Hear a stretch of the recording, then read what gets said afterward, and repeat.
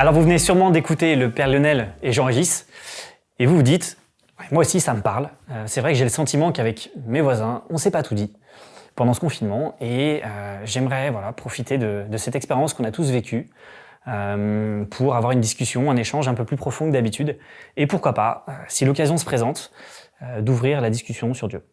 Alors, cette initiative, c'est quoi ? Eh bien, c'est aller à la rencontre de ses voisins de la manière la plus simple possible en ouvrant les portes de chez soi. Inviter ses voisins pour un temps convivial, le temps d'une soirée, alors pour un barbecue, un apéro, un dîner, et tout en gardant cette spontanéité que l'on a eue entre nous pendant le confinement. Alors pourquoi c'est simple ?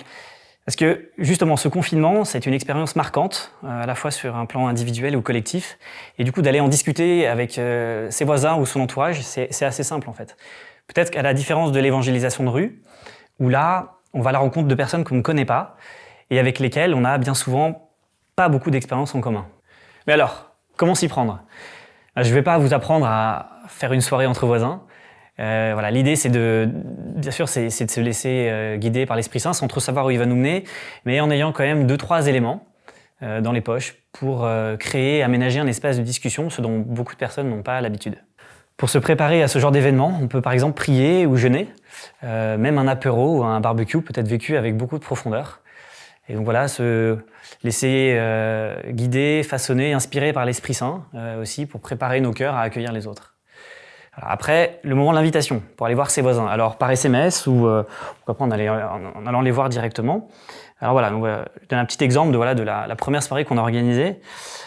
Hello les amis, ça vous dirait un apéro, un barbecue mercredi soir ? On s'est dit que ça serait sympa de se voir un petit peu après l'expérience du confinement. Et pourquoi pas, on propose à chacun d'apporter un objet symbolique de cette période un peu spéciale et de parler d'un moment un peu marquant.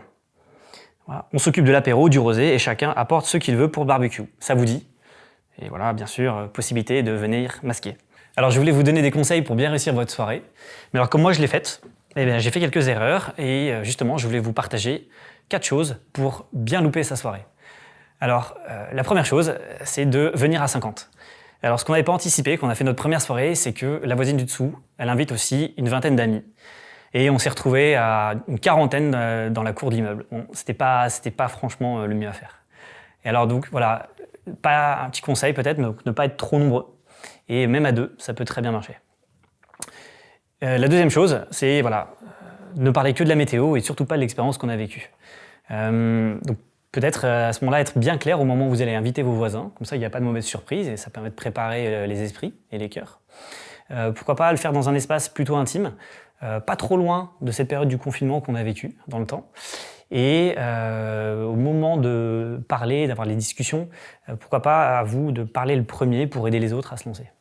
Alors, la troisième chose à faire, si vous voulez bien louper votre soirée, c'est de faire le petit chef, vouloir absolument mener les conversations. Alors, attention, il y a beaucoup de personnes qui ne sont pas familiers avec ce genre d'échange ou de discussion. Alors, c'est pas grave si certains prennent la parole pendant les discussions.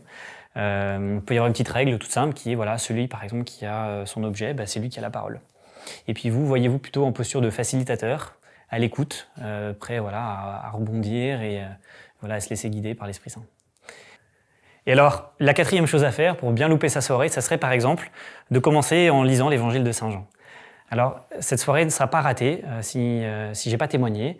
Ça sera pas raté si j'ai pas parlé de Jésus à tout prix.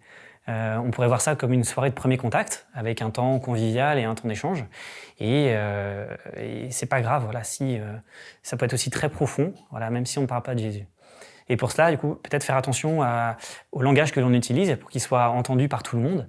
Par exemple, on n'utilise pas le mot partage, mais plutôt utiliser le mot échange ou discussion, pour que tout le monde puisse s'y retrouver. Pour terminer, on va mettre à votre disposition sur une page web dédiée 3 éléments pour vous aider à vous lancer dans cette petite initiative. Le premier, c'est la liste des questions pour vous aider en fonction de ce que vous sentirez pendant les discussions. Le pitch pour inviter vos voisins. Et une page web avec 2 choses. À la fois pour tous ceux qui voudront se lancer dans cette initiative pourront s'inscrire ou s'enregistrer, partager des témoignages ou des intentions de prière et pouvoir s'édifier les uns les autres, prier les uns les autres. Et pour ceux qui pour l'instant ne se sentent pas trop d'y aller, pouvoir justement porter les autres frères et prier aux intentions qui seront déposées. Merci beaucoup de nous avoir écoutés. On espère vraiment que cette initiative vous apportera beaucoup de joie et qu'elle vous aidera à vous rapprocher de Dieu et de son appel à aimer le monde.